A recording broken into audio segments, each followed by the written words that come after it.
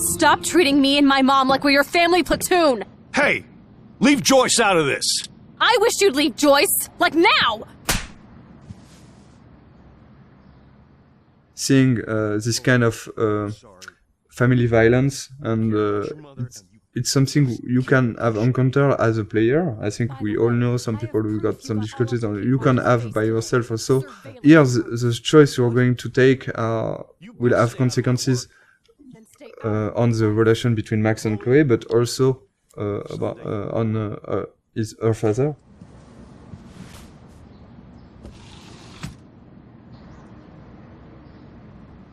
Hey, you okay? Welcome to the real step-douches of Arcadia Bay. I'm sorry. For what? He would have been a bigger dick if he caught you in here.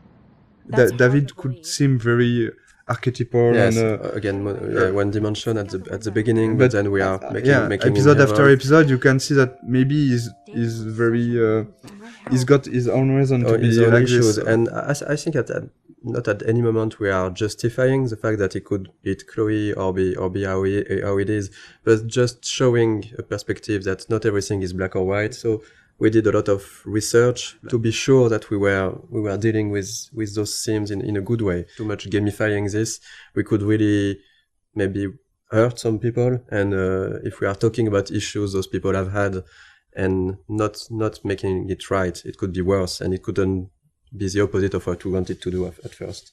So here is a Kate character that you have met in the first episode, but not so much. And the episode 2 is really focused on Kate and Kate's story and Kate's difficulties.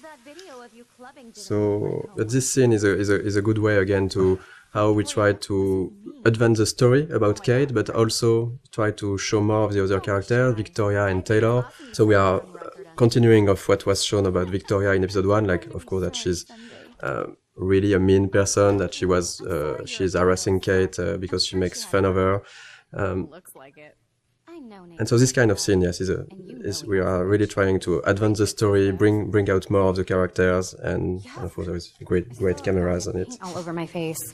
Max Selfie thought she was a badass taking that picture. We wanted really to talk about all the cyberbullying, the fact that it's quite difficult for a teenager nowadays to be connected as everyone is now. I think everyone has got a phone, is connected always. We are using the text message a lot, and we are making fun with that. So we are really thinking about both sides of the social media. But on the other hand, you've got this dark aspect of internet, which could be really difficult to live. I think a lot of players could recognize some of them inside Kate, and we've received a lot of letters from players who say that helped us also to realize what they've been through. Yeah, we wanted to have this scene since the beginning. We are quite happy that we managed to keep it, and work with Square Enix was great for that. We managed to keep a lot of difficult scenes like this one. It's not only about talking about those themes, it's also to be sure that it's anchored inside our story. And here, of course, this experience and the Kate story will push Max to think about her power, to think about the consequences, to think about the relation with other characters. That's actually the one time in the game where Max's power fails her. So when you arrive on the roof, you are really by yourself. You have to talk Kate out of jumping, and this was also the second part of what we wanted to do with this theme, is to show that if you care to the people you like, you can help them, and that's basically what Max has to do at this moment, is really to care about Kate, to show her that she knows her, that she's her friend, and to really take out of jumping. I think that's something that was interesting on writing all these scenes, and is even in episode 1, Kate was written as somehow as some type of archetype. She's a bit religious. She's for abstinence. She has this basically pro-life ideas. So maybe some of the players could think that she's boring character, but the way we evolved her and write her in the other episode, we really wanted to show that even if you go past the first appearance of someone, that's something that you might feel not interesting or different to you, you can find really good things and interesting things in each person. And I was really happy the way that the community reacted to Kate as a character. We didn't want to gamify this kind of thing. We still have to have rules for how the things, even if it needs to be really in the background and for the player to not to see those rules.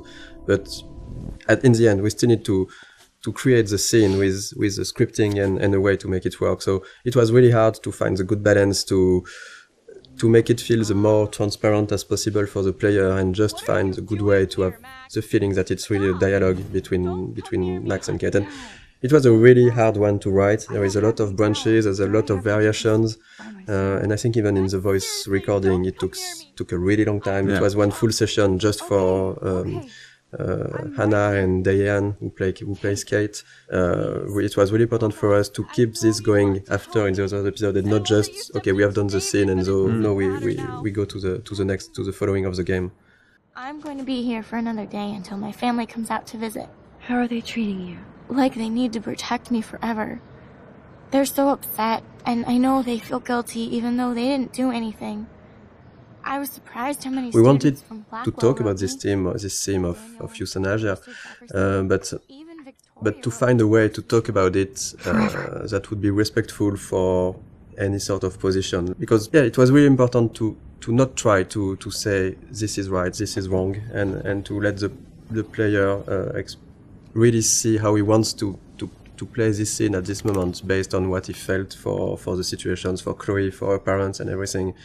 And that was that was not easy to find this balance when doing that. And again, it's because it's interactive and it's a video game that this scene is so strong. I think if you just see a scene and just okay, this is the director point of view and that's it, I accept it or not. But here it will be your choice. You really have to take your time and think about it before making your choice. So and we've seen all kind of reactions. We've seen players who immediately say, "No, I can't do it," or other player who immediately accept what Chloe is asking. Of course, it's Chloe. I'm accepting, and a lot of others were hesitating for 5-10 minutes or so.